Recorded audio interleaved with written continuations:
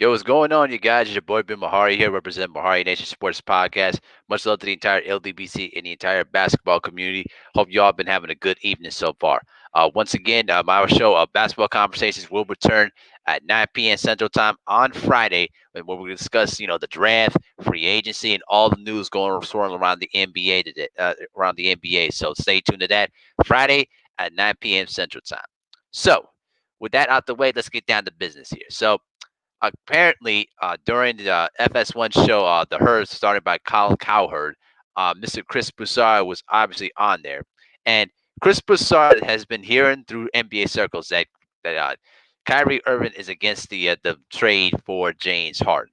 And it harbors around to the fact that, according to what Chris Broussard is saying, is that there have been people around the league that's been saying that Kyrie Irving is a bit hesitant about the trade for several reasons. Okay, um, Uncle Drew uh, is basically a guy that's not been used to being the third fiddle on the team. He's been primarily been used as a second option, or obviously the first option in his past years, in the NBA when he was in Cleveland and when he was in Boston.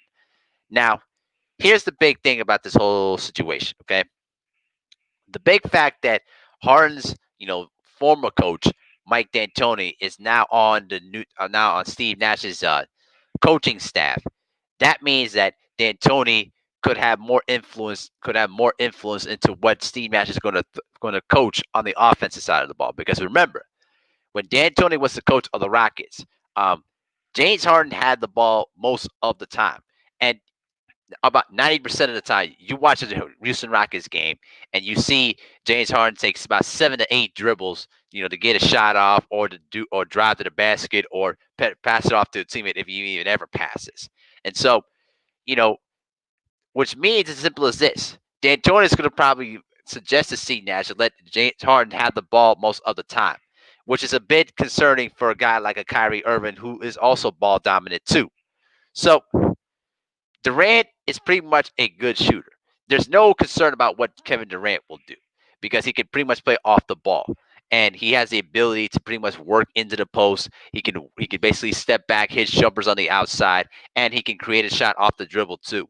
You know what I'm saying? And he's won 2 championships as a result of that. You know what I'm saying? And then also, despite the fact that Kyrie Irving is a good shooter, the problem is he does most of his standards with the ball in his hands as his role of the point guard. With that being said, you can pretty much have the understanding why Irving is a bit hesitant with that.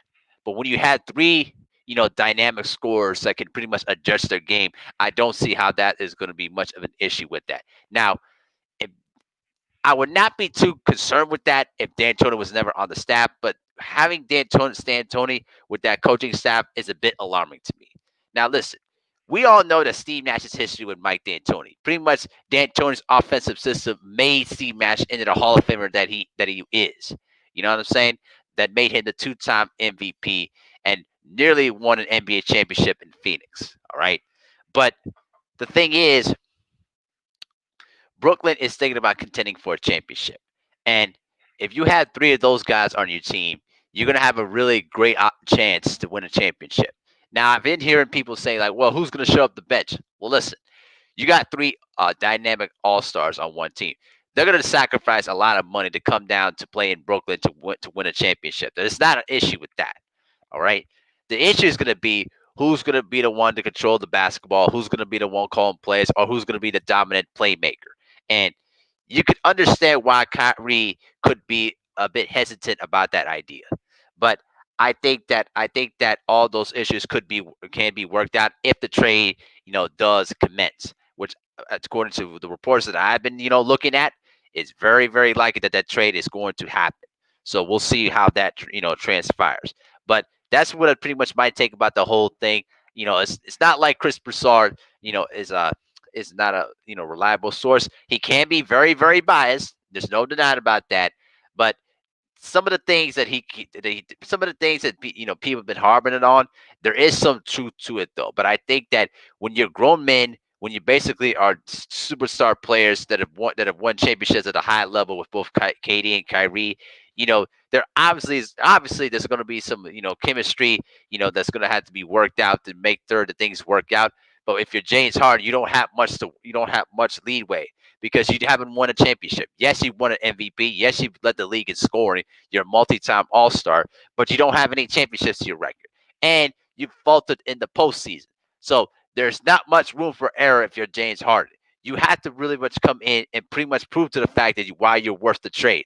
All right, because if this fails, if the Brooklyn Nets do not get to the finals or even win the championship, this is going to be considered another failure. Just like how the Big Three was a failure the first year around until they figured it out the next 2 years. So that's pretty much what I believe in this whole situation. Let me know what you guys think in the comment section below. I think that they're going to be able to try to figure this out if the trade commences itself, but we'll see how this turns out. Let me know what you think in the comment section below. Peace.